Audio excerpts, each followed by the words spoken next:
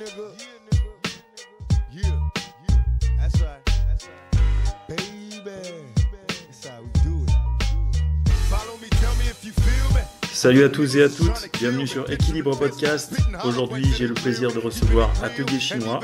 Je vous laisse apprécier l'enregistrement. N'hésitez pas à commenter, partager sur les réseaux. Bonne écoute. Merci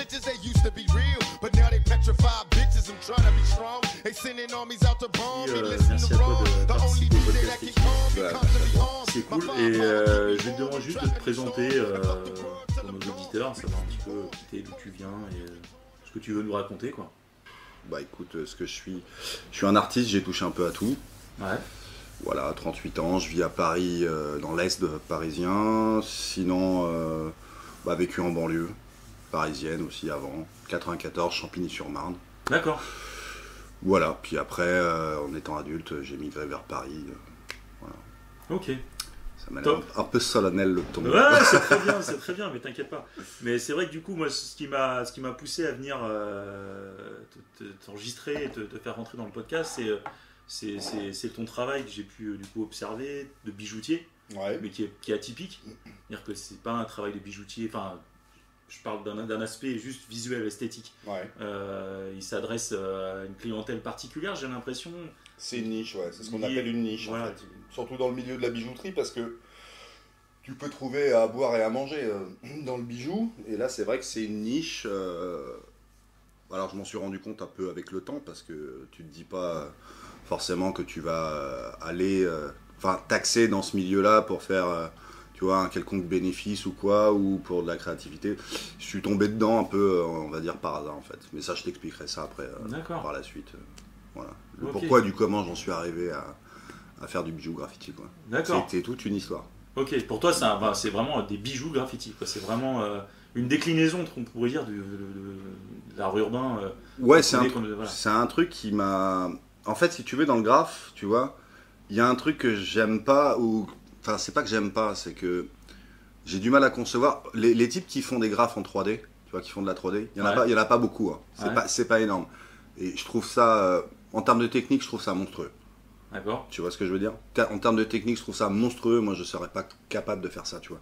Mais en termes de rendu, je trouve que, je sais pas, tu vois, ça me parle pas en fait. C'est con, mais ça me parle pas parce que le mur c'est un aplat, c'est de la 2D, tu vois. Et je me dis, putain, mais merde, en fait, il y a une dualité à la con, tu vois.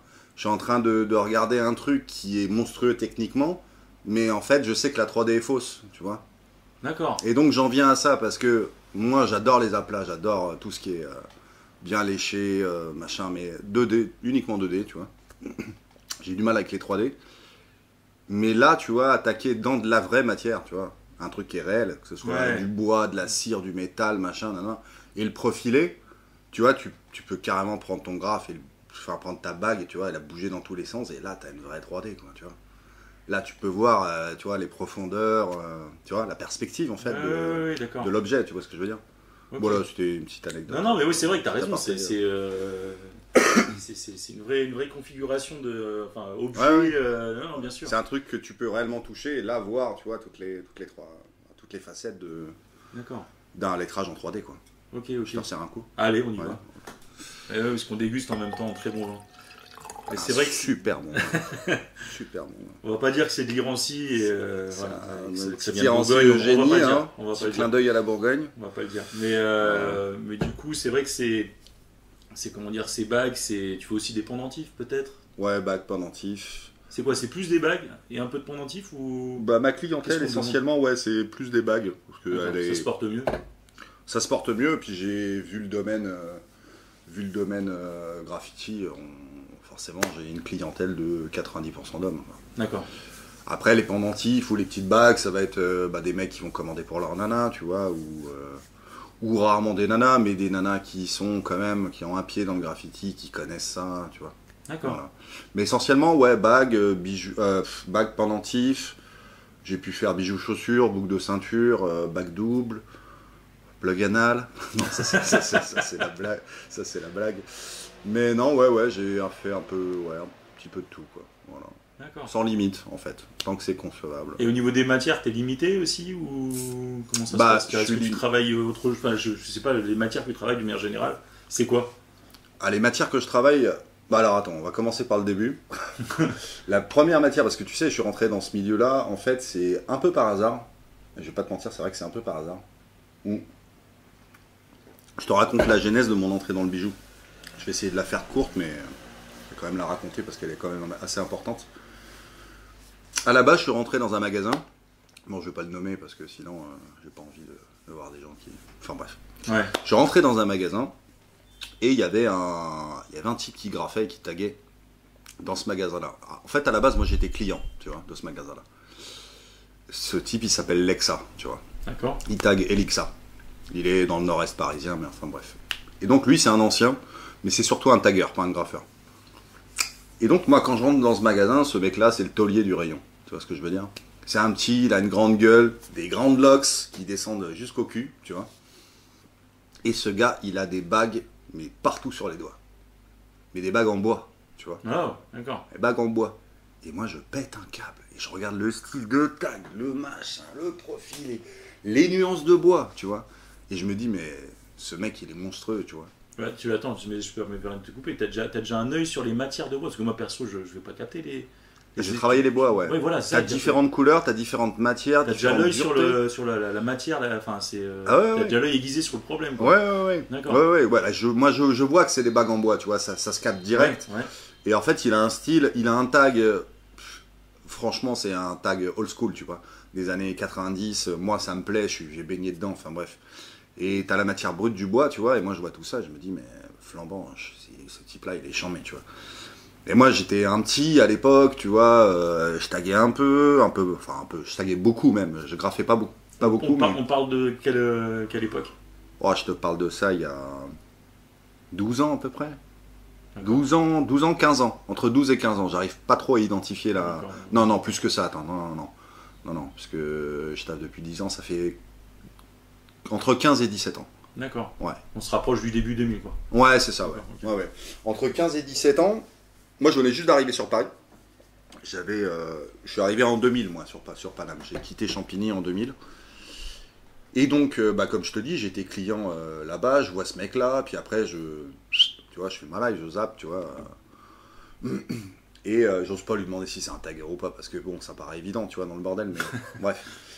Mais je me barre, tu sais, c'était l'époque où tu demandes pas trop aux gars, tu vois, s'ils taguent, tu vois, machin, chacun, il n'y avait pas tout ce délire internet, ou, tu vois. Non, c'était la vraie street, tu vois, il n'y a pas de...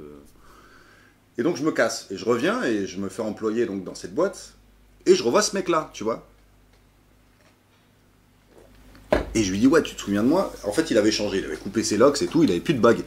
D'accord. Et je lui dis, ouais, tu te souviens de moi, machin, nana. Il me dit, ouais, je me souviens, il a une très bonne mémoire d'ailleurs. Il me dit, ouais, je me souviens de toi et tout, machin. Et je lui dis, ouais, c'était charmé, c'était flambant, je te voyais avec tes bagues et tout, ça tuait. Et il me dit, bah ouais, j'en fais toujours, mais maintenant je suis plus dans la pierre et tout, machin, nana. Tu vois. Et c'est un type qui squattait la fonderie de Psy, tu vois, justement. À l'époque, t'avais Tache de Rouille et lui, il faisait des bagues en bois, tu vois. C'est lui qui a appris Alexa, en fait. Faire des bagues en bois, donc il squattait, machin, nana, et lui, il taillait des pierres. Enfin bref, c'est un mec qui a fait l'exposition d'Agnès B. Enfin, voilà, le mec, il sait de quoi il parle. D'ailleurs, t'as vu les pierres, donc tu vois un peu le délire. Et donc, pour pas trop m'éterniser là-dessus, je lui dis, Cash, je lui dis, apprends-moi à faire des bagues en bois. Il me dit, tu veux apprendre à faire des bagues en bois? Il me dit, bah tu prends un morceau de bois, tu prends un cutter, tu fais comme moi. Je lui dis, mais t'es sérieux, mec? Il me dit, ouais. Lui, en fait, il habitait le 13e arrondissement, et ce qu'il faisait, c'est qu'il découpait des petites branches de cerisier dans le 13e, tu vois. Je te jure, mais c'est un truc de malade. Hein. Il faisait les trous dedans, puis après, il se faisait des bagues. Tu vois, tac, avec minutie, il découpait les bagues. Mais au cutter? Au cutter, ouais. Enfin, au scalpel de précision, tu vois. D'accord. Au scalpel de précision. Et donc, du coup, il me dit ça, tu vois.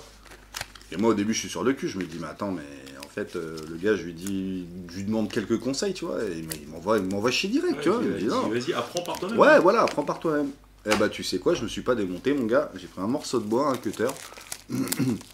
Et je me suis dit, je vais lui ramener un truc.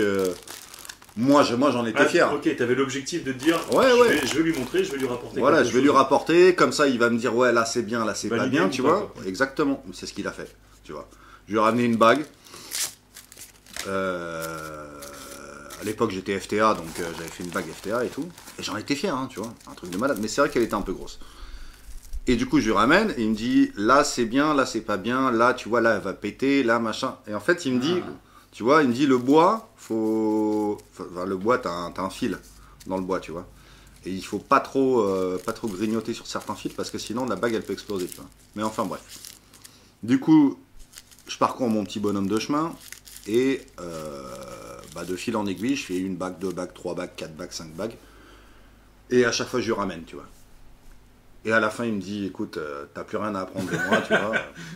Si tu peux arrêter de venir. Ouais, il m'a dit c'est bon, t'es dans le game, voilà, c'est bon, tu sais faire des bagues. C'est en combien de temps ça, ces histoires de 5 bagues, 4 bagues Franchement, écoute, à l'époque j'étais ultra motivé, c'était il y a 10 ans, tu vois.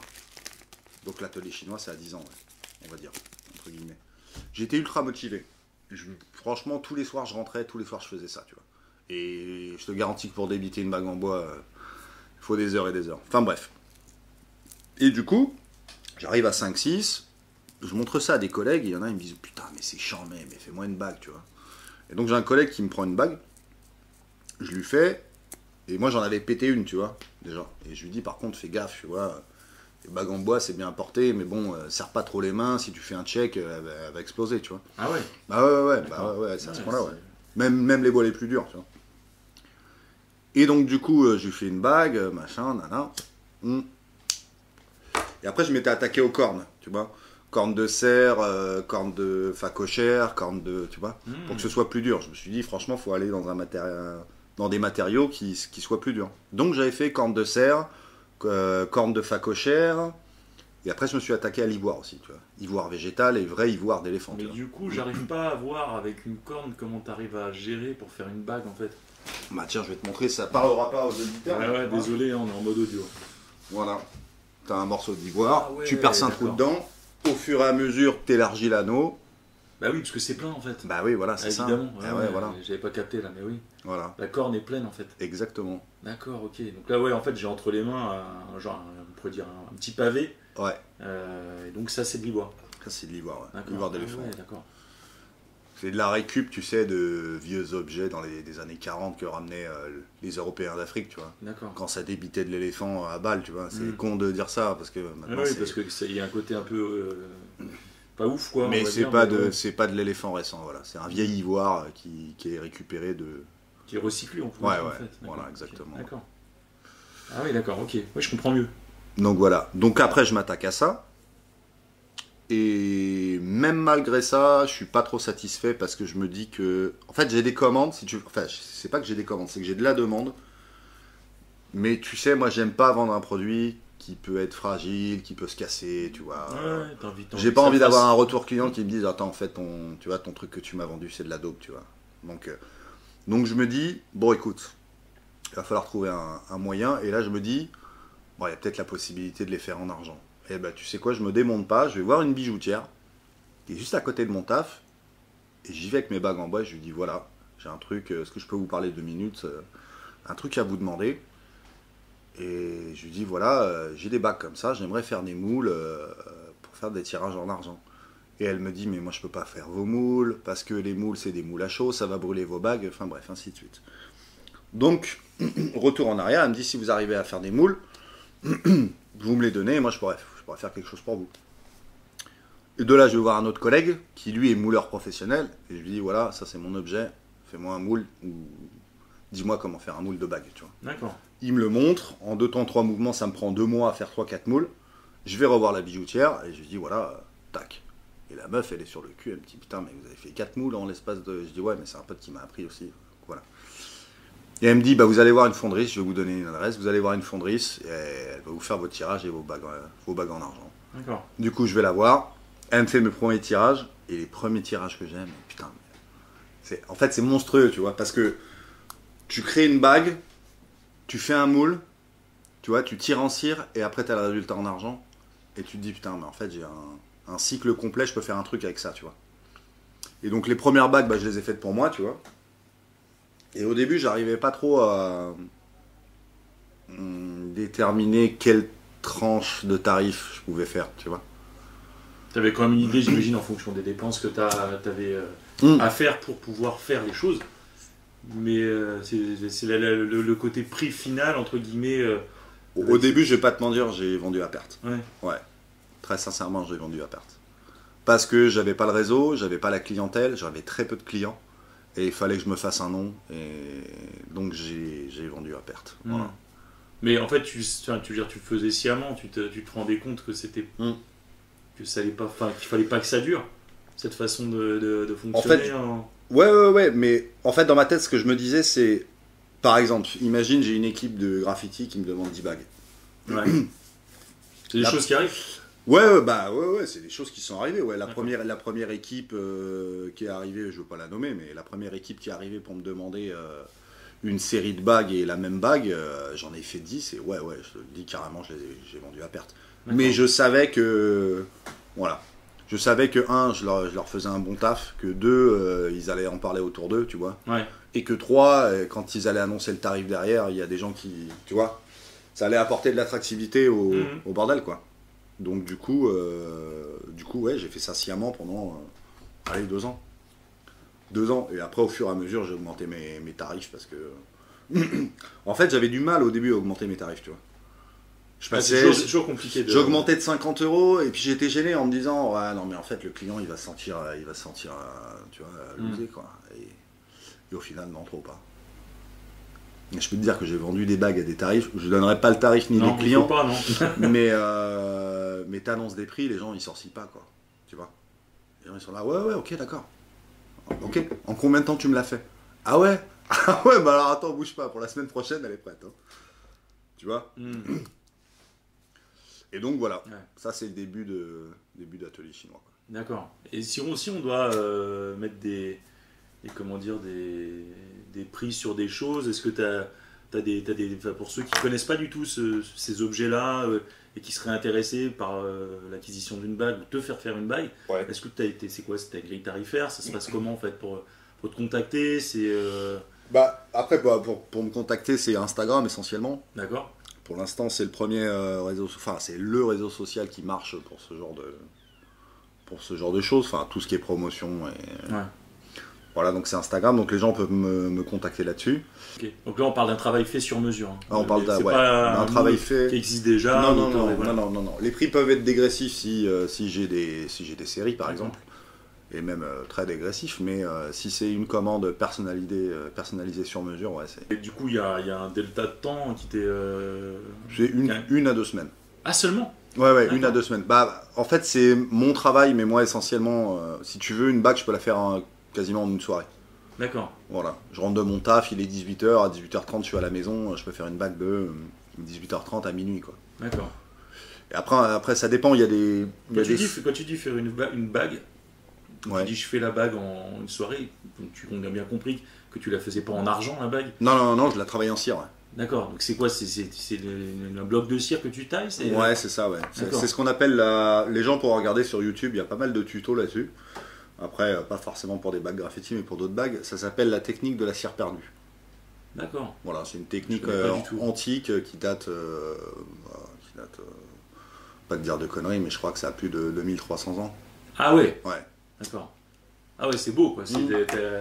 Tu perpétues la tradition depuis cette époque. C'est la technique la plus simple pour faire un bijou en argent, quoi. D'accord. C'est-à-dire que tu sculptes une cire, peu importe qu'elle soit molle ou dure. Donc soit tu la sculptes, soit tu la modèles.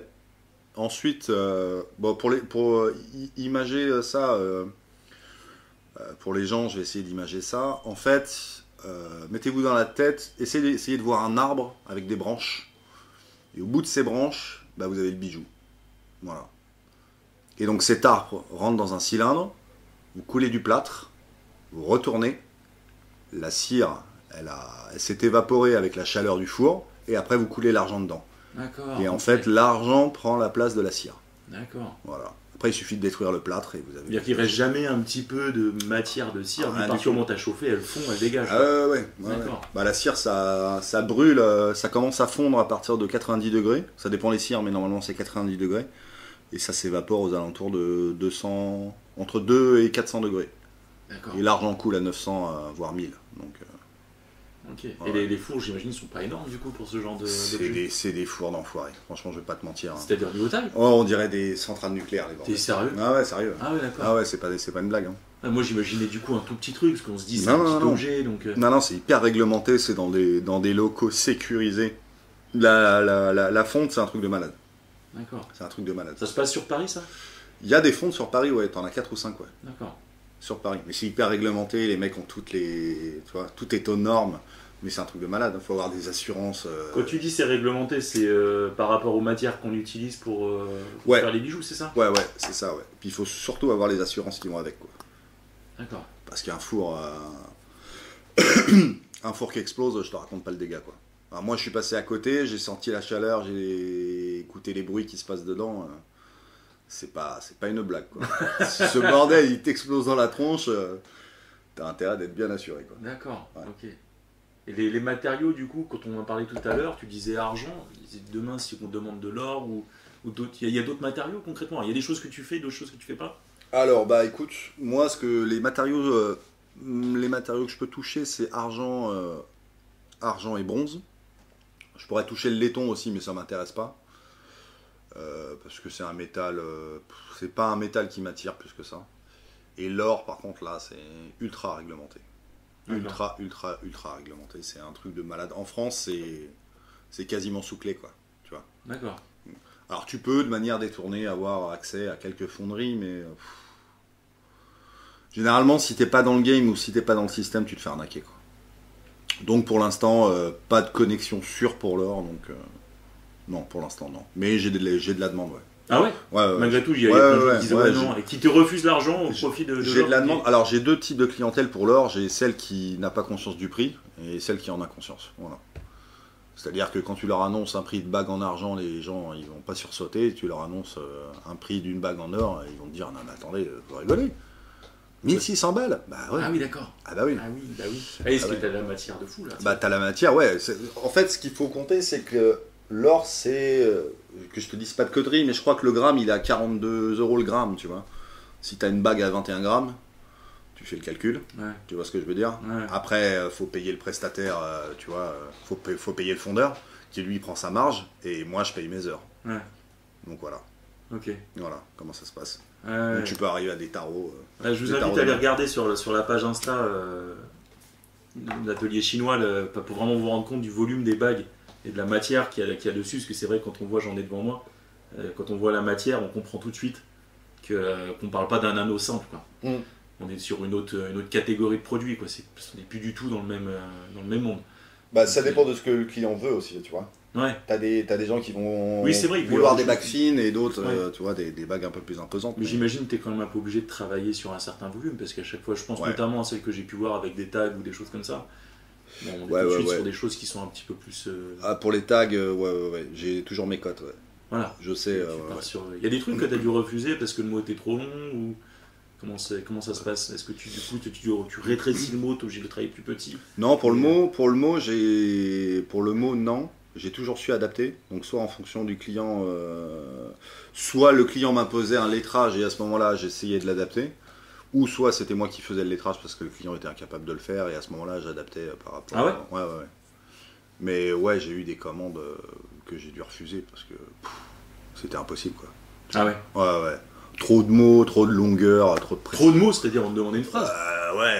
The New Black Music Corporation, tu vois, au bout d'un moment, c'est bon, tu vois. Calme-toi, Ouais. mec. Tu On vois. va faire plusieurs bagues. Ah ouais, t'es dans le peurat, t'as pas une thune et tu me demandes un mot à rallonge, tu vois. Non, c'est impossible, je suis désolé. Je peux rien faire pour toi.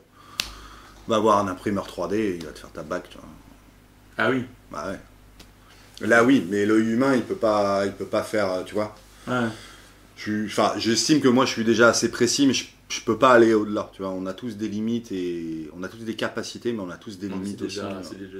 Oui. Mais après, j'essaie de les repousser un peu. Mais faut être conscient des fois de ses limites et se dire je vais pas passer 6 heures sur ta bague, tu vois, pour que tu me dises ah ouais, moyen. Tu vois. Non, mais tu vois ce que je veux dire ou pas? Et puis même toi, enfin, t'as eu, j'imagine, parce que tu t'es formé au final, tu t'es formé tout seul, t'es Ouais, tout autodidacte, seul, on pourrait dire. autodidacte, ouais. Et du coup, c'est vrai que t'as dû être confronté des fois, j'imagine, à des commandes où t'as peut-être pas su dire non, ou tu t'es dit je vais essayer, je vais voir ce que ça donne. Ouais. Ou là, t'as dû faire tes propres réglages, à te dire voilà, ça oui, ça non. J'ai appris à dire ça oui, ça non. Voilà, Tu j'imagine, vois. au fur et à mesure du temps. Parce que quand tu fais, moi ça m'est arrivé une ou deux fois, où quand tu fais une bague, et ça j'aime pas ce sentiment-là, tu vois. Quand tu vas vers un client la bague elle est finie, que toi t'es pas satisfait, que tu vois là où ça chie, tu vois. C'est con, mais moi j'y arrive pas, tu vois. Je livre un client, tu vois, et après je me dis putain, mais en fait je lui ai pas livré ce que, tu vois, je sais ce qui merde dans cette bague, et je lui ai pas livré un truc correct, comme j'aurais dû le faire. Ça m'est arrivé 2 fois. D'accord. Et après je me suis dit plus jamais. Ouais. Plus jamais parce que déjà, t'es pas satisfait de toi-même, de ton boulot. Et 2, ça te nique ta réputation, quoi. Tu vois. Ouais.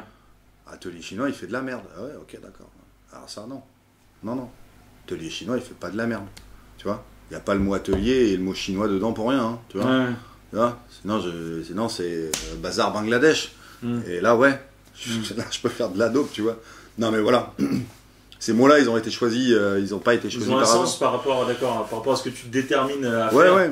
Bah, atelier chinois à la base, tu vois, c'était encore pire le bordel qu'avant, tu vois. Là maintenant c'est à peu près organisé, tu vois. Mais avant mes potes ils venaient chez moi et ils me disaient putain mais en fait t'as pas de salon, j'avais pas de canapé, j'avais rien. Ils me disaient t'as pas de salon, en fait chez toi c'est pas un appart, c'est un atelier, tu vois. Ouais. Et ils me voyaient jamais, tu vois, ils me disaient ouais arrête de faire le chinois, tu bosses tout le temps, tu vois, t'es tout le temps chez moi, t'as bossé sur tes bagues, tu vois, viens boire une mousse, tu vois. Et du coup voilà, atelier chinois. D'accord. Comme ça que le nom est venu, ouais, tout simplement. Ah d'accord, j'en ai.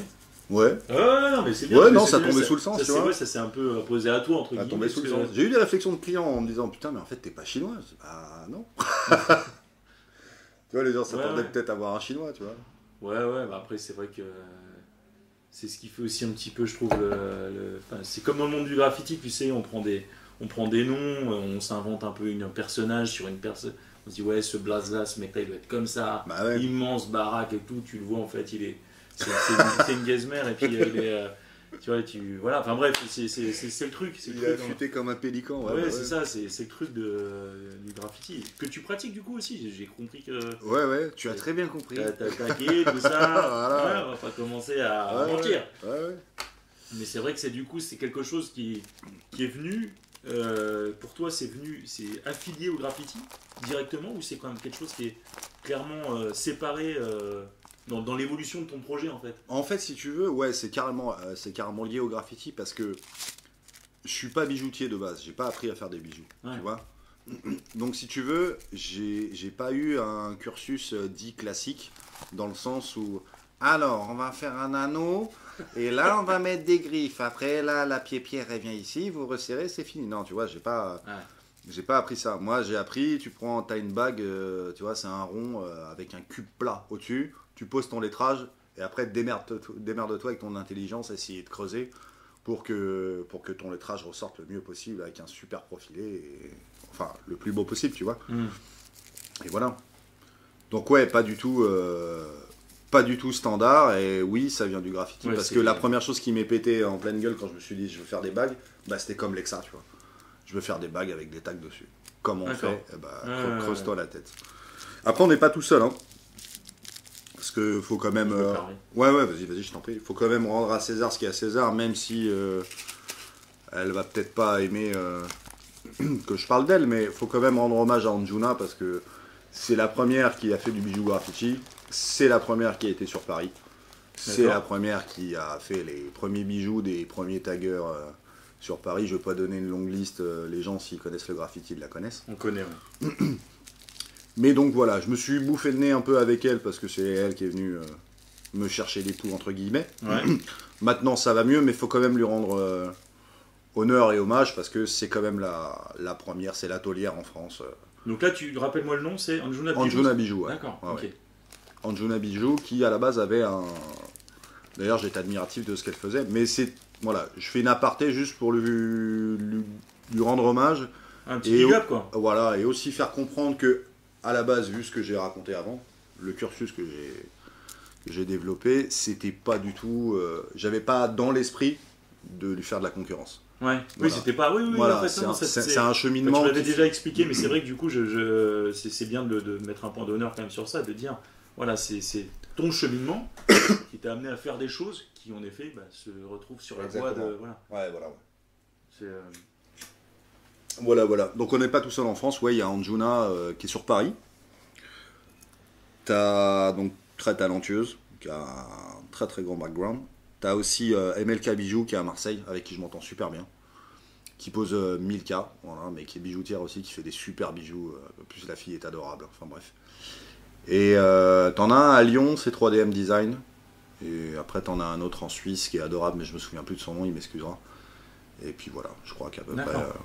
Voilà. Ah oui, c'est Hexagone vraiment... et proche Hexagone, on n'est pas beaucoup. Ouais, c'est vraiment une niche quoi pour le coup. ouais, C'est ouais. une niche et puis liée aux grandes villes aussi. Quoi. Ouais, c'est carrément une niche. Ouais. Et tous ils sont liés, enfin Anjuna je sais que oui, liés au graffiti, clairement.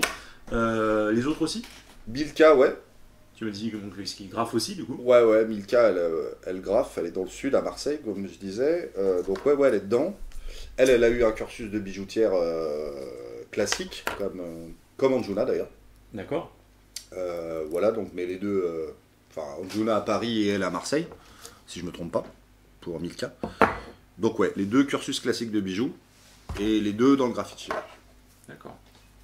Donc Anjuna qui est 1984, si je me trompe pas, qui est affilié à Wixies, Apôtre et tout, enfin tous les 1984 quoi.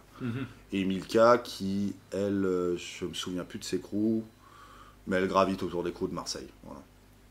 Et parce que du coup, tu as découvert son travail au fur et à mesure en faisant? Comment ça s'est... Alors, tu parles de qui, Anjuna ou Milka?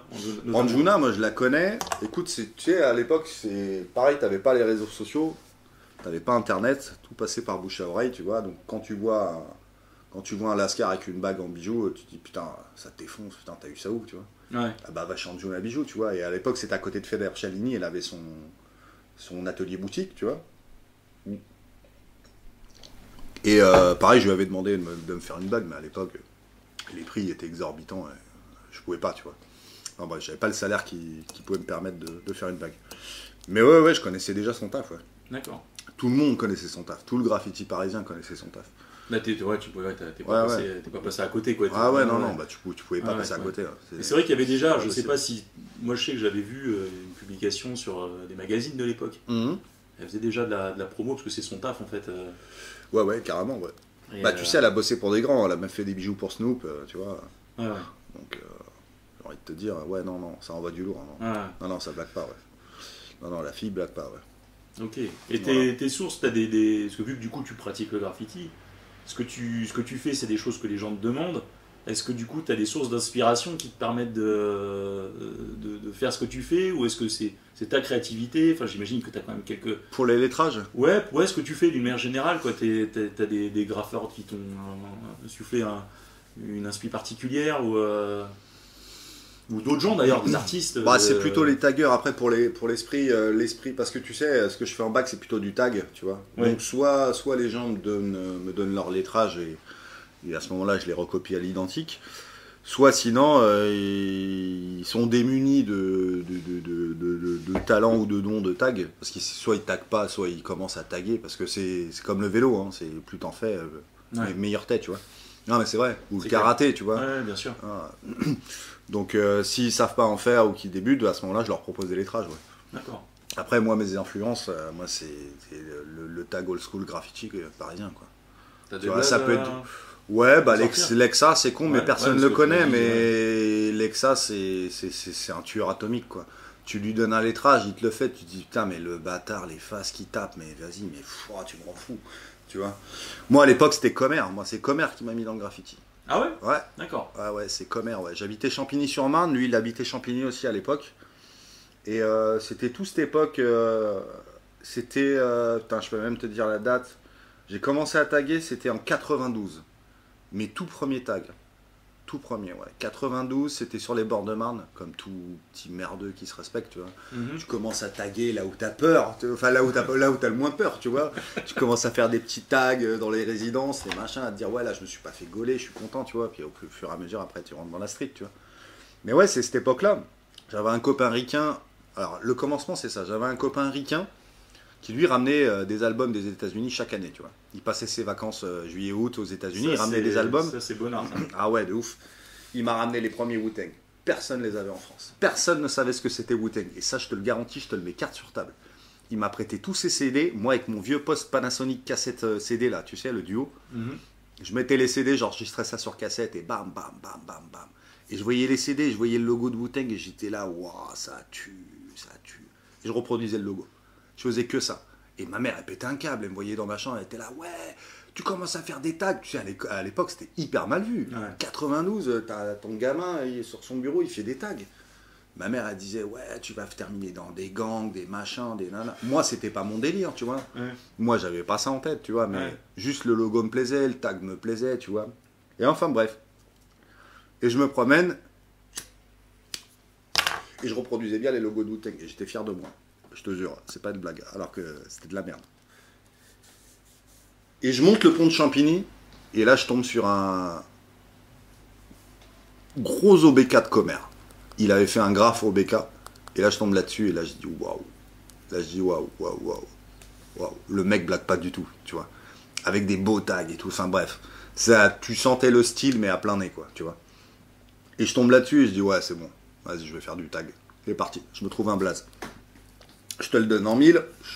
J'essaie de trouver un blaze court. Et à l'époque, je connaissais pas Max 132. Et Max 132, il habite à Champigny aussi, tu vois. Ok. Et à l'époque, je me dis, ouais, Max, ça peut être pas mal, tu vois. Je sais pas pourquoi, mais. Et je tag des Max. Et je me prends des grandes barres. Mais quand je te dis je me prends des grandes barres, c'est dans la semaine, tu vois. Dans la semaine, dans la street, je vois des grandes barres sur des Max, tu vois. Et là, moi, je suis un petit peu, je flippe ma rage. Je me dis, ah ouais, faut que j'arrête de taguer. Des bars, pour ceux qui connaissent pas le monde du graffiti, en fait, si on, Bah, on tu trace un trait. Ouais, sur voilà, ton- c'est ça. C'est la maîtresse qui arrive et elle te dit la copie, elle C'est est. pas bon. Voilà, c'est pas C'est bon. pas bon 0 du tout. sur 20. D'accord. Voilà, tout à fait. 0 sur 20, t'arrêtes tout de suite. Et donc, je me prends des grandes barres. Et je me dis, ouais, c'est bon, j'arrête, tu vois. Et 2 mois, plus de tag, tu vois. Je repose à poser des max. Je me reprends des grandes barres. Et je me dis, putain, mais pourquoi je me prends des barres, tu vois. Et après, sur un autre blast, je vois un autre max, tu vois. Juste après la barre, tu vois. Et je me dis, en fait, ouais, voilà, tu vois. Il y a un autre max, tu vois, en fait. Donc, vas-y, oublie max. Moi, j'avais pas capté, tu vois. Moi, j'avais pas capté, j'étais pas dans le système, tu vois. Ouais, ouais. Quand t'es petit peu, tu captes En fait, pas. t'étais tout seul encore. Là. Tu Ouais, t'étais ouais, pas avec d'autres, ouais, d'accord. tout seul solo. D'accord. Tout seul solo, ouais. Et donc voilà, donc je charge d'autres blazes, après j'en ai 2, 3, 4, je tag même des Fab, tu vois, parce que j'aimais bien Fab de la Scrat Connection, mais je savais pas qu'il taguait Fab lui aussi, tu vois. Ouais. Enfin bref, tu vois, avant de te chercher un vrai blaze, tu sais, t'écumes, Ouais, bien sûr. t'écumes un peu comme une limace, tu vois. Puis ça dépend aussi du goûter, parce que c'est vrai que pour ceux qui sont, franchement, moi je viens de la province, quand t'es en province et que t'as pas tous les blazes des grosses villes où évidemment ça foisonne, Ah bah ouais, tu t'es pas forcément au courant. carrément. quoi. Mais là je suis mal tombé, tu vois. Ouais, Mauvais bah, endroit, au ouais. mauvais moment, Ouais. Champigny-sur-Marne, tu tags Max, t'es foutu, t'es mort, tu vois. Je l'ai revu après d'ailleurs, on en a rigolé, mais... Ah ouais. Ouais, parce qu'il ne savait pas que c'était WAM, tu vois. D'accord. Je lui dis, après, quand je l'ai revu, je lui ai dit, tu vois, je lui ai dit, mais tu sais que, en fait, c'est moi qui taguais Max. Il m'a dit, ouais, c'est toi qui taguais Max et tout. Il m'a dit, mais tu m'as rendu fou, t'avais un style de merde en plus et tout, machin. Je dis, bah ouais, je dis, mais je suis désolé, moi, je savais pas que tu taguais Max, tu vois. Il me dit, mais comment ça, tu savais pas que je taguais Max? Je dis, bah non, en fait, tu faisais que des persos et des Max, tu les posais en tout petit. Moi, j'avais pas l'œil affûté à ce point-là, tu vois. Mm. Moi, je voyais des persos, je disais, ah, ce perso-là, il est flambant, tu vois, mais je savais pas que c'était Max, tu vois. Mm. Et je connaissais pas Max, tu vois. Donc il m'a dit, ouais, non, mais ça, enfin bref, on en a rigolé, tu vois. Mais ouais, voilà, écumer les blazes, voilà. Jusqu'à temps tomber sur Verso. Je tag des Versos, bim bam boum, je commençais à ruiner un peu. Donc un peu de banlieue, un peu de Paris. J'oscillais entre les deux, à cette époque-là. Et là, je commence à rencontrer les gens du graffiti. Et d'ailleurs, je me souviens plus du blaze, mais bref, peu importe. Et il y en a un qui me dit, hey, mon gars, Verso, respecte un peu. Il y a Verso KG, ton Verso, tu vas l'oublier, tu vois. Et là, je me dis, ah putain, merde, tu vois. Ça fait des mois et des mois que je marbre avec Verso, tu vois.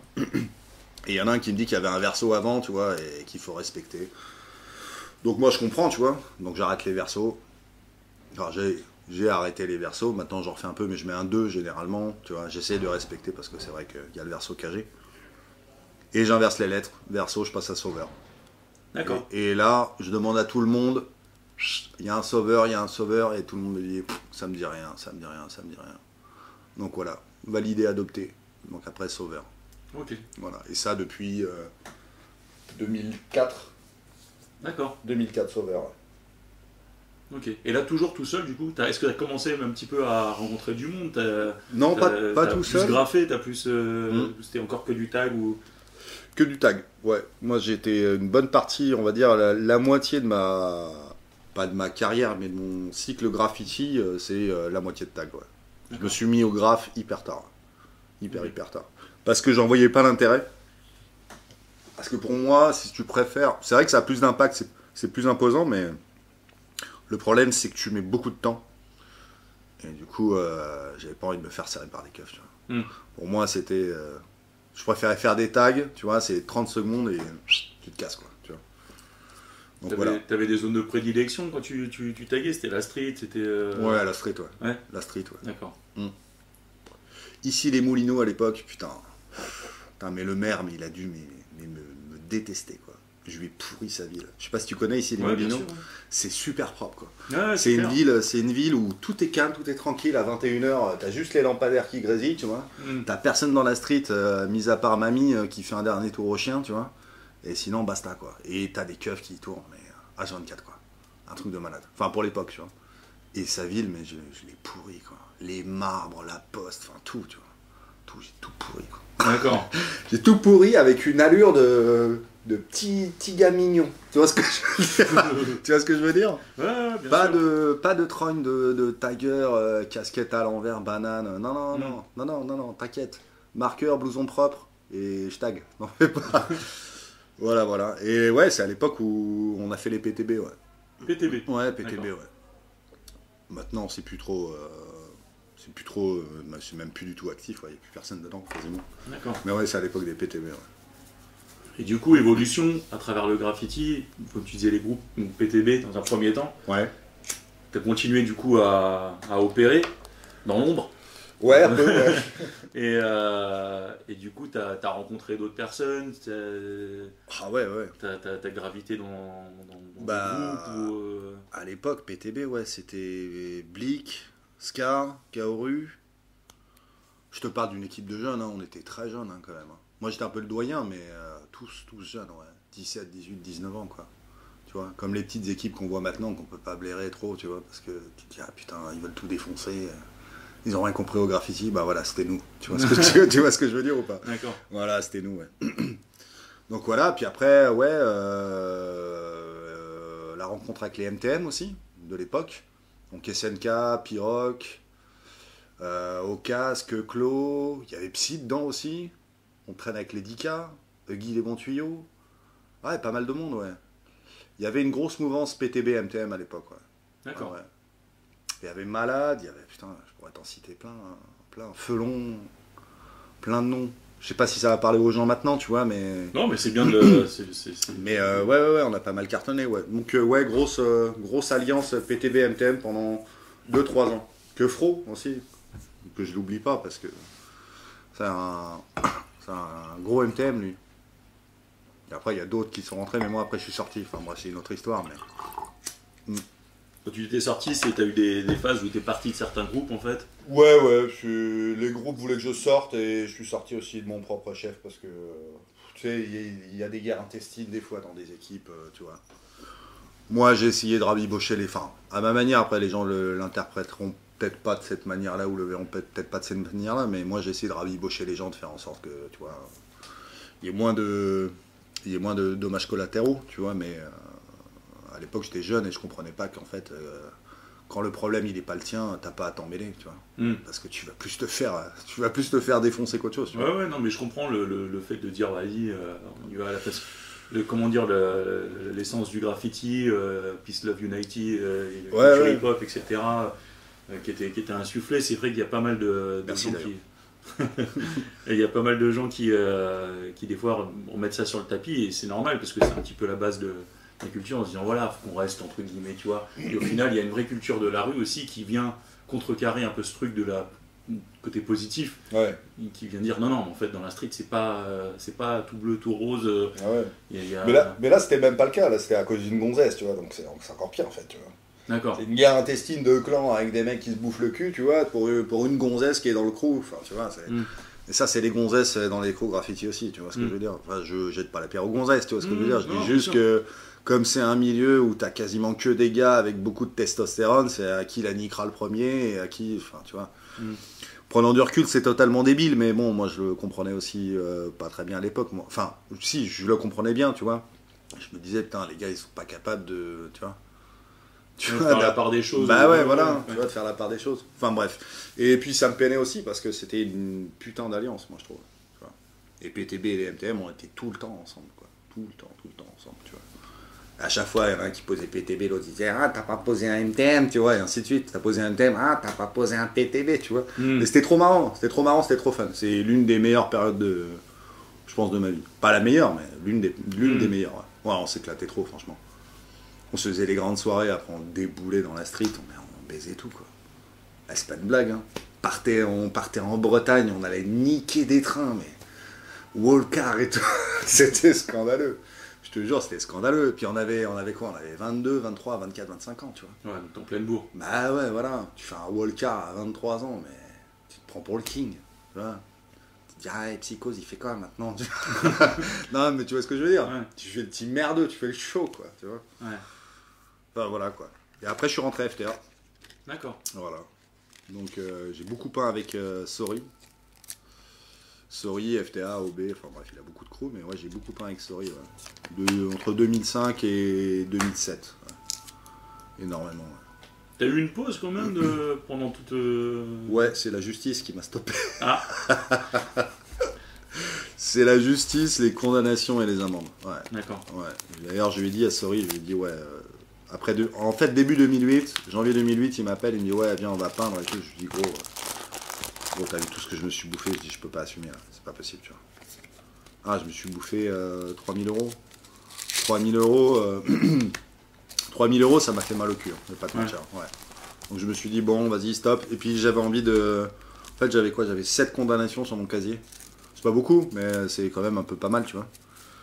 Et le problème, avec 7 condamnations, tu te prends 3000 euros d'amende, tu te refais serrer derrière, ils te mettent le double, tu vois. Parce qu'ils se disent, attends, le mec avec 7 condamnations, il a pas compris, quoi, tu vois. Et s'il a pas compris, bah, tu vois.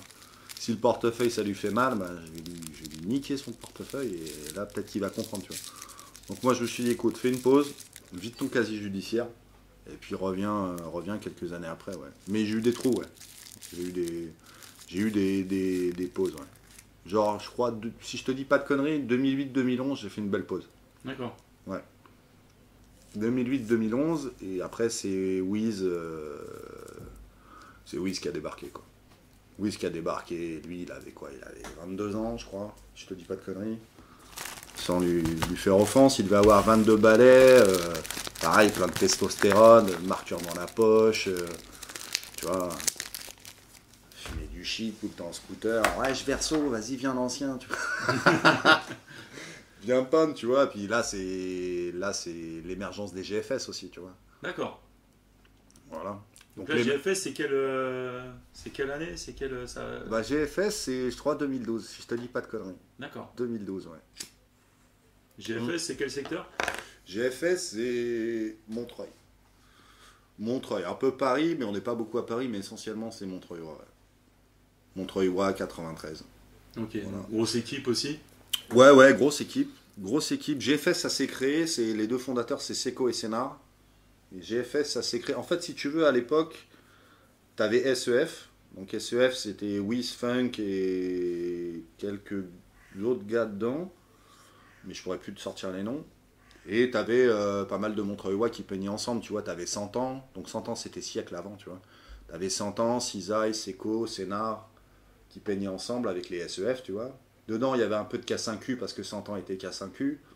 Donc il y avait Socle et tout, tu vois. Et après, il y a eu une guerre intestine et... Bref, tu vois, les K5Q, K5Q et les autres se voyaient plus, en gros, tu vois. Et ils ont décidé de créer GFS, tu vois. SEF éliminé entre guillemets, tu vois, mais ils ont décidé de créer GFS. Ouais. D'accord. Voilà. Donc que des frangins, crew fermé, et les rentrées, c'est pas possible. Quand tu dis crew fermé, donc c'est l'équipe entre guillemets dont tu parles, GFS. Ouais. Donc les crews, en fait, c'est. On est une douzaine dedans. Une petite association de tailleurs, de graffeurs. Ouais. Qui se mettent quasiment ensemble, tous Montreuil-Ouai. Alors attends, si je te fais la liste complète, je peux te les citer. Seco, Sénard, Cisaille, 100 ans, Wiz, Funk, Inculte, Trix, KSE. Donc il y a WAM. Et putain, faut pas que j'en oublie, sinon ils vont me torturer. Bref, ouais. Là de mémoire j'ai ça, ouais. L'Orc et GFS aussi. Ouais. Donc GFS a baissé. Ouais. Et voilà, de mémoire là. Si j'en ai d'autres, je te le dirai. Mais ouais, voilà. Grosse équipe fermée, soudée. Voilà. Mais surtout fermée. Surtout soudée. Voilà. Ouais, d'accord, ok. Ça a été décidé, ouais. Il y a, genre, voilà, la boucle elle est bouclée. Plus personne rentre. C'est vrai, mais c'est comment dire, on va pas dire que c'est bien ou mal ou quoi que ce soit. En tout cas, c'est comme ça. Ah, c'est sectaire et autoritaire, mais après, ça peut permettre aussi d'avoir confiance en. C'est ça. Tu vois, en dégâts, et puis basta, à KO, tu vois. Genre, il y a des trucs qui se disent entre nous, tu vois, on fait des trucs entre nous, et après, ça permet aussi aux gens de faire ce qu'ils veulent ailleurs, tu vois, mais genre, voilà, quoi. Des petites réunions, TSIF, GSF, GFS, pardon. Oh. Putain, j'allais l'oublier. Il était temps. Ouais, il était temps. Bah ouais, parce que je sens après, le bâtard, il m'a oublié, tu vois. Ça, il va mais du coup, si c'est une famille soudée et fermée... Ouais, mais c'est le dernier rentré, tu vois. D'accord. Donc, du coup, c'est... Ouais. Enfin, bref. Mais ouais, voilà, ouais. Donc, ouais, GFS. Voilà, Du coup, ça, c'est pareil, plutôt groupe basé sur le Vandal, en fait. Ouais, essentiellement et uniquement sur le Vandal. Autoroute, parce qu'on a vu des trucs un Ouais. peu sur autoroute. Autoroute, street, métro un peu. Il y en a qui font du roulant. Métro et train. Et puis voilà. Cassage de gueule quand ça leur prend l'envie. Voilà. Cassage de gueule quand ça prend l'envie à certains. Ok. Et donc, par contre, dans toute cette période, tu dis, j'ai fait un petit break, je me suis stoppé à cause des problèmes de justice, etc. Donc, à côté de ça, tu as continué les bijoux? Parce que c'est un peu l'essence de l'interview, on va dire, mais... Eh ben écoute, c'est simple, mais quand j'ai repris le graffiti, c'est là que je me suis quasiment mis aux bijoux. D'accord. Voilà, donc 2012. Ok. 2012, j'ai eu une grosse pause parce que à l'époque j'étais avec une miss qui aussi en avait ras le cul que je tag et tout le bordel, tu vois, les soucis judiciaires, pas de sous, tu vois, c'est pas trop compatible en fait, tu vois. Sorti tout le temps, t'as pas une thune, tu vois, tu rentres, t'as les doigts, ils sont dégueulasses, tu rentres à 2h du mat, ouais, t'es aviné mais content de ton autoroute, tu vois, mais bon, voilà quoi, tu vois. Ouais. Au bout d'un moment, ça fait pas une vie. Puis c'était l'époque, 2012, attends, c'était il y a 10 ans, j'avais quoi, j'avais 28 balais, ouais. Ouais, c'est l'époque où tu te dis, bon, s'il faut fonder une famille, c'est maintenant, tu vois. Donc j'essayais un peu de me remettre dans le cercle, dans le cycle un peu sérieux de la chose. Donc ouais, j'ai fait une bonne pause pour essayer de construire quelque chose qui n'a pas marché, mais bref, pas grave. Moi j'ai essayé. Ouais, bah, voilà. C'est donc ouais, 2012, ouais, c'est le redémarrage de là. Parce qu'on est d'accord, quand tu me parlais des bijoux en bois, tout ça, c'était avant 2012 Non, c'est 2012. C'est arrivé voilà, à ce moment-là. Ah ouais. J'ai un petit... C'est 2012. Un petit blanc là qui... Okay. Ouais. 2012, il y a 10 ans, jour pour jour. Ok. D'accord. Ouais, donc du coup, après, tu as eu comment dire, cette espèce d'évolution à travers la bijouterie. Ouais. Du coup, tu t'es connecté aussi avec des gens grâce à ça? Par rapport au graffiti, bijoux, enfin, tu vois ce que je veux dire? Non, pas du tout. Non, pas du tout, non. Non, j'ai essayé de me faire un milieu. En fait, je l'ai compris dès le début. Le milieu de la bijouterie, c'est ultra fermé parce que tu touches à des matières, même si l'argent, c'est pas hyper noble, le bronze, c'est pas hyper noble non plus. Déjà, tu rentres dans un microcosme, tu vois. Et tu as affaire à des gens qui sont hyper méfiants. Ils ne vont pas te faire confiance tout de suite. Tu parles de quoi? Des fondeurs? Ouais, je parle des fondeurs, je parle de tout en fait. Les mecs qui peuvent te faire circuit en fait. Ouais, tout le circuit de la bijouterie, tu vois. Que ce soit pour le sertissage, pour la fonte, pour tout. Tu vois ce que je veux dire? Parce que le bijou, ça coûte quand même du pognon, hein, tu vois. Eux, ils ont un stock quand même incommensurable de matériaux et de bijoux et tu vois, ils n'ont pas envie de se faire braquer du jour au lendemain, voler ou tu vois. Donc bref, ils sont méfiants et donc me faire un nom et une petite réputation là-dedans et avoir la confiance des gens, ça a mis quand même un certain temps. Ça a mis 4-5 ans. 4-5 ans avant que les gens me fassent vraiment confiance, tu vois. C'est-à-dire que tu t'es fait recaler en fait je me suis fait recaler à plusieurs fondeurs, des gens ne me faisaient pas confiance, ou alors me demandaient si j'avais mes diplômes, et vous venez de la part de qui, et machin, et blabla, tu vois. Ouais. Tu vois ce que je veux dire ou pas? Ok, ouais. Voilà. Ok, parce que c'est vrai que tu m'avais raconté un jour par rapport, je crois, à l'histoire de... Je t'avais déjà sûrement posé la question par rapport à l'or, tout ça, parce que c'est vrai que c'est un côté un peu intriguant quand tu viens de l'extérieur. Ouais. Tu te dis, tu touches des matériaux complètement ouf et tout. Bah l'or, j'y ai pas encore accès, tu vois. Oui, voilà. Donc, Parce que j'ai pas la connexion des bonnes personnes, tu vois. Ouais. J'ai pas une personne. Enfin, si je pourrais, mais c'est enfoncer des portes et voilà. Non, je préfère faire, tu vois, mon bonhomme de chemin et me dire que, tu vois. Ça marche comme ça en tout cas. Ouais, donc, voilà. Ok, d'accord. L'évolution du coup, le graffiti, tout ça. Je sais que l'heure actuelle, tu es dans un autre groupe aussi. Et du coup, est-ce que tu développes aussi ton graffiti à travers ce groupe-là? Tu continues le graffiti avec ABC, ouais. avec ABC, c'est ça? Ouais, c'est ça, ABC, ouais. ABC, bah, je suis rentré il y a quoi? Il y a 5 ans, je crois, 5-6 ans. 5 ou 6 ans. Putain, plus on vieillit, plus la mémoire des dates, c'est compliqué. C'est pour moi qui vais dire l'inverse. Ouais, 5 ans, 6 ans, ouais. 5 ans, 6 ans, c'est Saka et Lork qui m'ont fait rentrer à ABC. D'accord. D'ailleurs, au début, j'y croyais même pas, tu vois. Parce que ABC, enfin, tu connais, tu vois. C'est un des crews all-time du graffiti parisien, tu vois. Et les mecs ont fait des dégâts et des dégâts et des dégâts, tu vois, avec une réputation quand même assez sulfureuse dans le milieu. Hein, certains pourront t'en parler. Donc ouais, rentrer à ABC, j'y croyais pas au début, c'est Laure qui me l'annonce, tu vois, il me dit ouais, c'est bon, tu rentres à ABC, machin, nana. Je dis ah ouais, tu me demandes même pas l'autorisation en fait. Il me dit non, tu rentres et tout. Je dis arrête tes conneries, vas-y, arrête de me raconter de la merde, tu vois. Ouais, parce que Laure, je le connais parce qu'il est GFS, tu vois, aussi. Et donc je lui dis arrête tes conneries, machin, nana. Il a fait appeler des gens de l'équipe, ah, c'est bon, vas-y, tiens, Verso qui rentre et tout, machin. Ben, c'était assez marrant, c'était assez cocasse, ouais. Il y avait des gens que tu connaissais déjà dans le groupe-là, que tu... Ouais, il y en avait 4 ou 5, ouais. T'aimais bien, ou que tu connaissais pas forcément, que t'avais envie de connaître, ou... Bah, il y en avait deux ou trois des GFS, parce que, tu sais, GFS et ABC, il y a beaucoup de GFS et beaucoup d'ABC qui sont les mêmes en même temps, tu vois. D'accord. Il y a Wizfunk, il y a Sénar, Tessif, Lork, et je crois que ça s'arrête là. Non, ça s'arrête pas là. De Kerwar. Et eux, c'est la partie 101 aussi, parce qu'ils sont 101. Il y a Twist. Eh oui, il y a Twist, il y a Vizir. Putain, j'en ai oublié des GFS. Hein. Putain. Twist, Vizir. Tu vois, ça revient. Et voilà. Donc, mais je sais plus qui est rentré avant qui, tu vois. Ça, j'ai un trou là-dedans. Je crois que Lork et Saka, ils ont fait une grande rentrée de... Wesh les GFS, vas-y, vous rentrez à ABC, tu vois. Donc ouais, la famille ABC, c'est un peu agrandi, quoi. Ce qui était cool, moi je connaissais pas tous les gens, tu vois, des ABC, parce que t'as beaucoup de ABC, mais t'as des ABC, CKT, tu vois, t'as des ABC, machin, mani, nana, tu vois. Donc du coup, la famille est un peu éparpillée. Quand on se retrouve, après c'est cool, tu vois, mais... Et c'est vrai que t'as des ABC et des gens... Enfin, on partage pas forcément les mêmes crews tous, tu vois.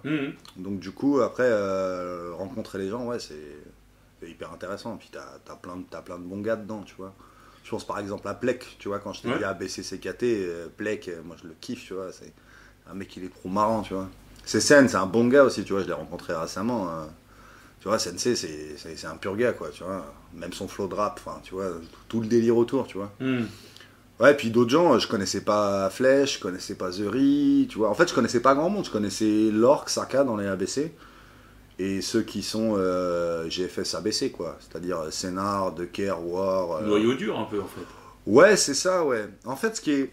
Le délire, tu vois, c'est que GFS, vu qu'on est un crew fermé, on voit pas beaucoup de monde, tu vois. On était, à la base, maintenant, ça s'est un peu détendu, mais... À la base, si tu veux, on voulait être un crew fermé parce qu'on ne voulait pas se faire serrer. C'était mort, tu vois. C'était mort qu'un GFS se fasse serrer et c'est mort. En fait, on a tous confiance, tu vois. Tu te fais serrer, il n'y a personne qui bave le nom de GFS, tu vois. C'est mort. Le crew ne doit pas se faire serrer. Voilà. Aucun nom. Faut pas que le crew y saute. Voilà. C'était ça, tu vois, à la base. Donc on avait du mal un peu à... Après, moi, c'est mon ressenti, hein, tu vois, mais on avait du mal un peu à voir des gens autour, mais maintenant c'est un peu détendu, tu vois. Mais ouais, voilà. Je sais plus ce que je disais d'ailleurs, on parlait de quoi? Non, on parlait de ça, l'évolution à travers le ABC aussi, tu vois. Ouais, voilà. Le graffiti, mais après ça, les gens, ils pourront voir, ils peuvent déjà voir des choses dans la rue, ou, de ce que se fait avec le ABC et tout ça. Ouais. Mais c'est vrai que c'était plus par rapport à l'évolution d'un point de vue là, on parlait plus graffiti. On a mis une petite couche, ouais, d'ailleurs. De ton style dans le graffiti aussi, parce que moi j'ai vu des graphes, tu disais qu'au final ça prenait du temps, tu faisais plus de tags, un peu moins de graphes, ouais. Mais c'est vrai qu'au final ça s'est un peu balancé, ça tu t'es mis un petit peu plus au graffiti, à faire de la pièce, à être un peu plus... Au graphe, ouais, c'est Sorry qui m'a mis dedans, ouais. Enfin, qui m'a mis dedans, on va dire, non, pas qui m'a mis dedans, mais si tu veux, moi j'ai essayé de faire des graphes parce que à la base, moi j'étais tagueur. Après, j'ai fait des graphes parce que franchement, on va pas se mentir, il y avait une ambiance qui me faisait ultra bander, c'est les métros parisiens. Là, je parle pas des roulants, hein, je parle des tunnels. Hein, parce qu'à l'époque, t'avais une grosse hype sur les tunnels, tu vois. C'était tout noir, tu faisais des chromes, ça claquait sa race. Et puis quand tu passais en métro, t'avais le nez collé à la vitre, tu vois. Tu passais devant ton graphe, t'avais une trique, t'étais là, bon. Tu vois. Donc ouais, grosse hype de ça, c'est les tunnels qui m'a mis là-dedans, j'ai essayé de faire des lettrages, à la base je faisais des trucs mais pourris, putain si tu voyais ça, t'aurais envie de vomir, je te jure. Je dis pas que je fais des trucs bien maintenant, tu vois, mais quand je revois mes pièces d'époque, et il y en a encore dans le métro, je te le garantis, tu passes sur la 10, tu vois des sauveurs cubiques, c'est horrible, enfin bref. Et donc, ouais, et après mes potes, ça va, ils étaient élogieux envers moi, ils me disaient pas que je faisais des pièces pourries.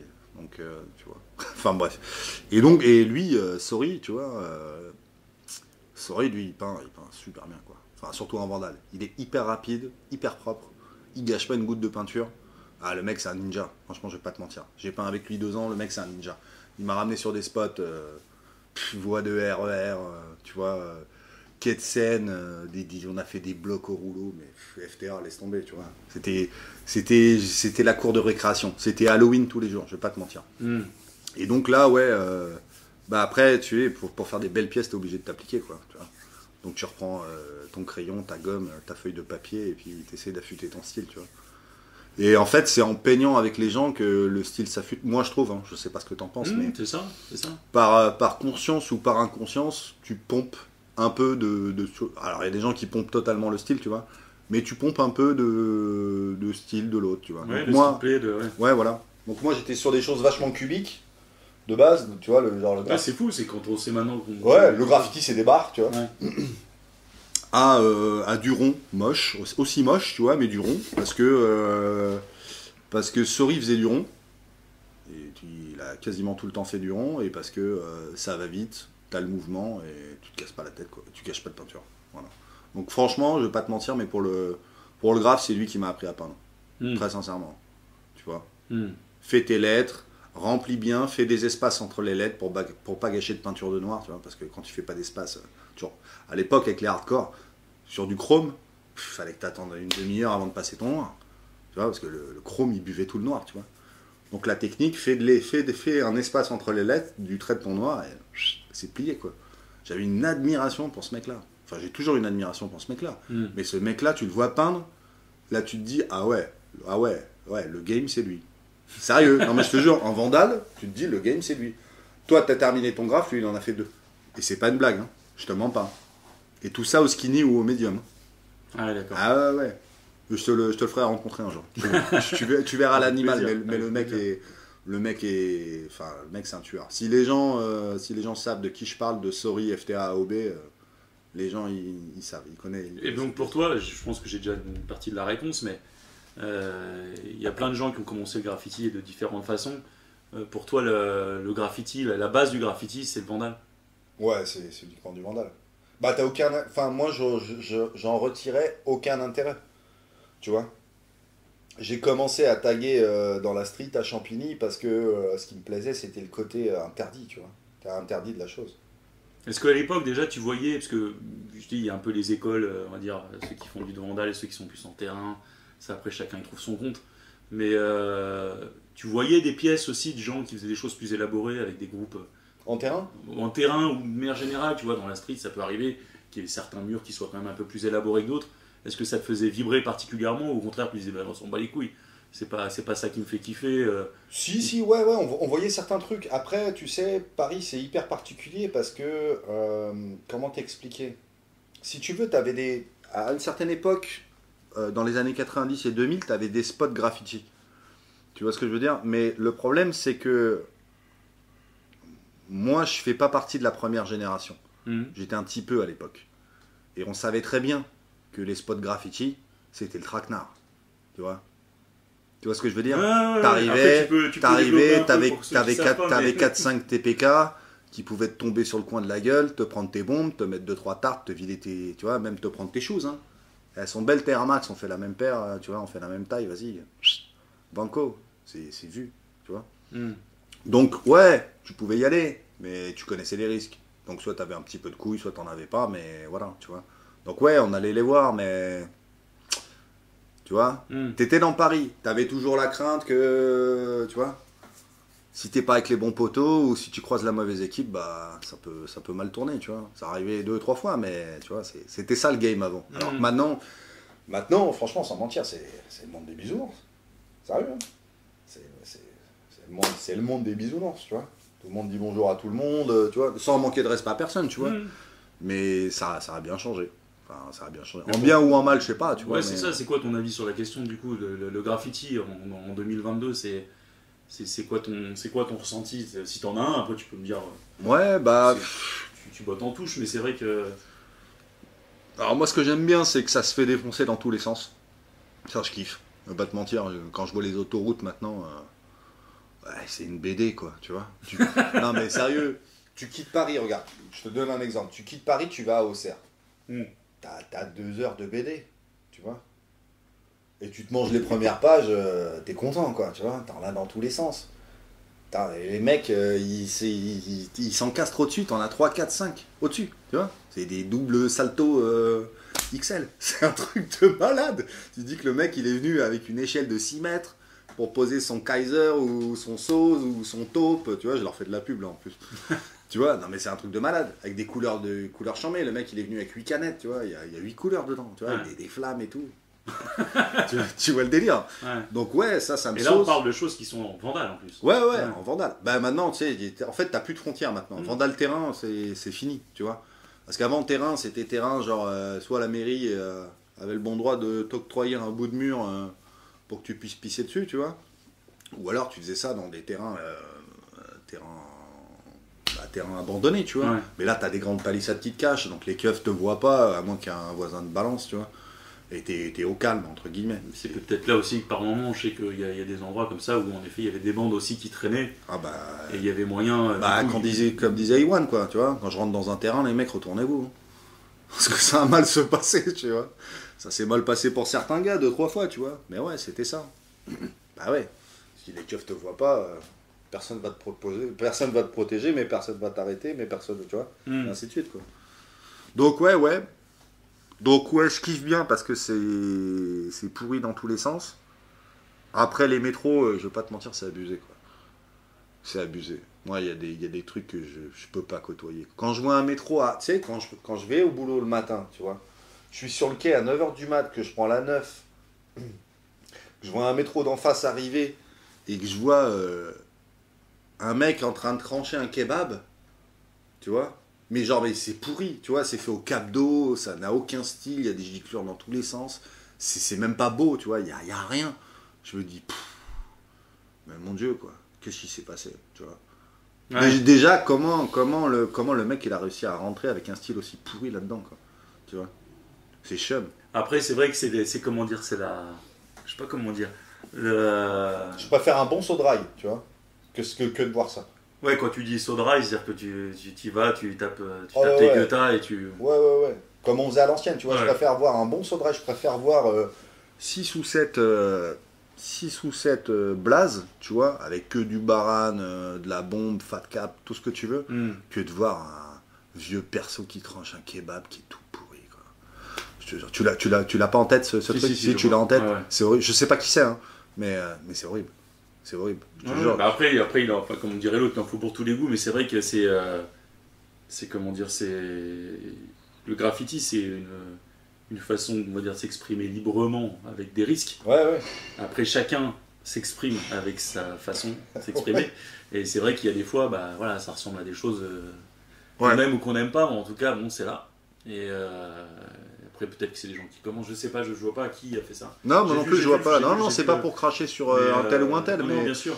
mais franchement, j'ai vu ça, je me suis dit, ouah, Et putain. après, il y a des styles, des gens. Soit qui il avait, adoptent des styles. soit il avait tapé un Taz et il s'est tapé un truc, ou j'en sais rien, tu vois, mais putain, je préfère voir une belle pièce, tu vois.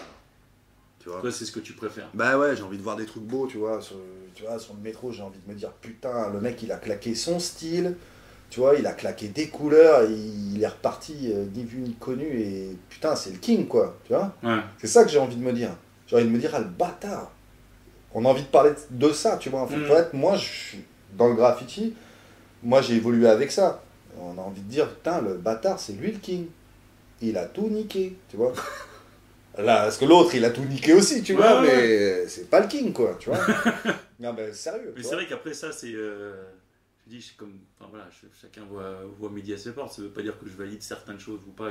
Chacun voit, entre guillemets, dans le graffiti ce qui lui plaît, ce qui le motive. Ouais, chacun ses goûts, en fait, tu vois. C'est un peu. Chacun ses goûts. Moi, j'aime bien des mecs comme Tast, Nexer, tu vois. Ces pièces vachement léchées, tu vois, bête d'effet. Je sais que ça parlera pas à d'autres gens, tu vois, mais. On en connaît plein à qui ça vois, parle j'aime pas, bien, j'aime bien voir des cocards, tu vois, des cocards FTA Weeb, MDC, tu vois, ça j'aime bien ce style de lettrage, tu vois. Des commères, tu vois, dans les années 90. Ah, je vois un panel commère avec un Yoshi à la place du haut, mais vas-y, tu m'as fait triquer, mec, tu vois. T'es un king. Déjà dans tes lettrages, t'es un king. En plus, tu m'as fait un perso à la place du haut, tu vois. C'est bon, tu vois. J'aime bien ça. Ouais. J'aime bien ça. Après, j'aime bien d'autres choses aussi, tu vois, mais voilà. Et pour parler d'une période un peu spéciale là, qui s'est passée dernièrement, avec ce bazar de Covid, etc. Ouais. Toi, c'est une période du coup que tu as vécu comment c'est concrètement, parce qu'avec ton taf de bijoux, est-ce que tu as eu encore du travail par rapport à ça? Est-ce que le graffiti aussi pour toi, ça a continué un petit peu? Non, mais le Covid, ça a ruiné tout le monde. Faut pas se mentir, ça a rompu l'économie du jour au lendemain. C'était le bio pour tout le monde. Enfin, moi je trouve, hein, mis à part les gens qui travaillaient à Auchan, Carrefour, malheureusement, et puis faut pas oublier non plus les infirmières, les médecins et tout le bordel, tu vois, c'est les premières lignes. Mais sinon, ça a coupé l'économie pour tout le monde. Mon taf alimentaire était totalement arrêté. Mon taf de bijoutier, on n'en parle même pas. Instagram parlait que de Covid, enfin et puis tout le monde était focus sur le Covid, tu vois. Donc non, mais seul plaisir, c'était de sortir. Je voyais Wiz de temps en temps. Lui, il promenait son chien, on faisait des balades, 2-3 tags. Tu vois. Juste histoire de se dire, bon voilà, tu vois, on est sorti. C'était la petite satisfaction, tu vois. Ouais. Elle est conne, mais tu sais, pendant le Covid, là, quand t'es enfermé à H24, tu vois. Alors après, moi je te parle sur Paris, en banlieue, je sais pas comment ça se passe, tu vois. Mais sur Paris, moi j'habite une place, je vais pas dire laquelle, tu vois, tu la connais. Mais ici, là, les keufs, H24. Ah oui, d'accord. Ah ouais, non, mais c'est pas. Ouais, non, c'est pas une blague. T'avais pas le petit quart d'heure. Non, ils te voient au loin, ils te courent après. Ils veulent voir ton attestation. Ici, ils te voient 2 fois. Et ils restent plantés là pendant 7 heures. Hein. Et s'ils te voient sortir 2 fois, t'as l'amende. Tu vois. Non, ici, ça blaguait pas du tout. Ouais, donc c'était compliqué, quoi. Ah ouais, très chaud. Compliqué. Très compliqué. Depuis, ça a repris. Ouais, ça a bien repris. T'as des projets, toi, du coup, voilà, depuis que cette période-là est tombée, entre guillemets, un petit peu dans l'oubli, on va dire, même si ça reste un peu sous-jacent, là, on a l'impression que c'est toujours un peu sous le tapis. Ouais, tu penses que ça va revenir, on sait pas, mais en tout cas, on en sort. Aujourd'hui, on fait comme si, entre guillemets, il n'y avait plus rien. Ouais. On sait pas, mais en tout cas, aujourd'hui, toi, t'es reparti. Ouais. Les bijoux, ça reprend. Ça a repris, ouais. Ouais, ça a repris pas mal.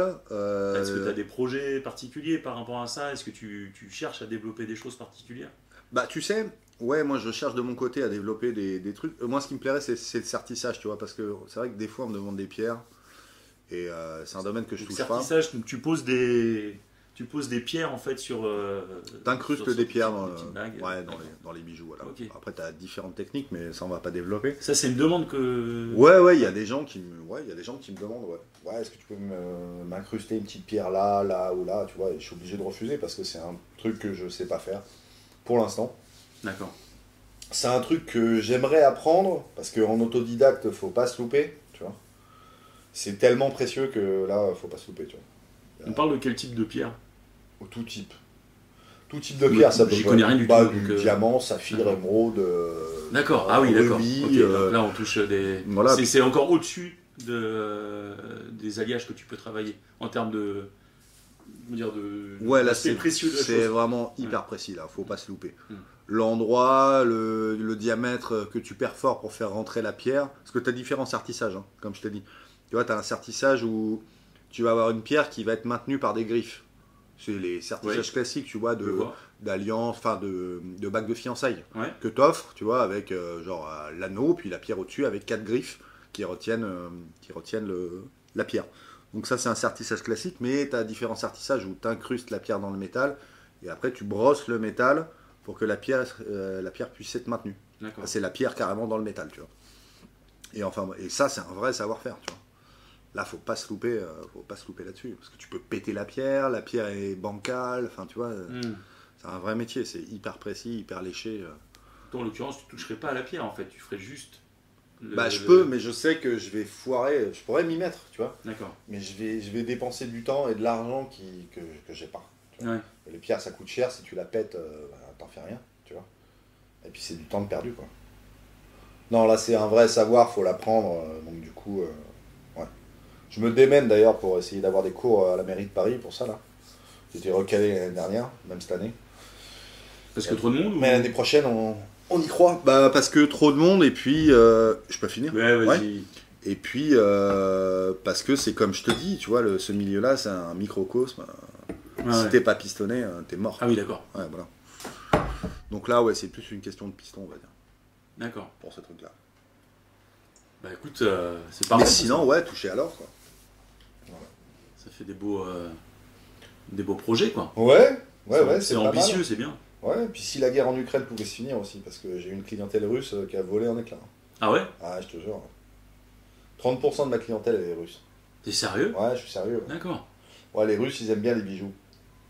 Et du coup, y en a pas mal qui ont swifté d'Instagram, là, qui ont été bloqués par le gouvernement. Ouais. Sans rentrer trop politique, tu vois, mais... Ouais, d'accord. Mais voilà, j'aimerais bien que cette guerre, elle s'arrête, tu vois, parce que financièrement, ça m'a mis un gros Ah oui, ça t'impacte. Ah oui, d'accord. Ah, ouais. Ok, je pensais pas t'avais une clientèle... Ouais, si, ouais. J'ai un peu d'Américains aussi, pas beaucoup. Un peu d'Américains, un peu de Suisses. Des gens qui t'ont contacté par des connaissances ou directement via Instagram? Non, tu sais comment fonctionne l'algorithme d'Instagram, tu vois. T'es dans le graffiti, la boucle est bouclée, tu vois, puis t'as des gens tu vois, un peu partout sur la planète, quoi. D'accord. Quand tu dis des Russes, c'est des Russes liés au graffiti? Ouais. D'accord. Ouais. Des Russes liés au graffiti, des Américains liés au graffiti. J'ai eu... Ça veut dire que c'est des choses qu'ils trouvent pas forcément dans leur pays, en fait? Ils peuvent peut-être, ouais, si. Après, je sais pas si financièrement ça les arrange de commander en France ou pas, tu vois. Ouais. Peut-être que certains bijoutiers ricains, ils craquent du slip et ils leur demandent, tu vois, 600 € pour une bague en argent, quoi. Ouais. Ils s'en foutent. Il attend 2 semaines pour les livraisons et tout, mais ils s'en tapent, quoi. D'accord. Non, mais si t'as déjà la clientèle, en effet, c'est qu'il y a... Ouais. Il y a un truc. Ah ouais, des ricains. Des petits pendentifs caps, là, putain, j'en vends, ça. Aux ricains, ouais, un truc de malade. Ils adorent ça. Je sais pas pourquoi. Les petits caps new-yorkais, là, tu vois. Ouais, je vois. Ah ouais, chambé. Ok, bah cool. Écoute, je crois qu'on a fait... Le tour. On a fait le tour de la question, hein. Ouais. On est bien. Merci en tout cas d'avoir pris le temps de répondre aux questions et bah de rien, c'est moi qui te remercie. Et puis plein de bonnes choses pour la suite. Je te souhaite la réussite. Hein. Pour toi aussi. Ouais, merci. Pour et toi, puis du coup on se dit à bientôt. Bah ouais. Ça roule. Allez. À plus. Ciao.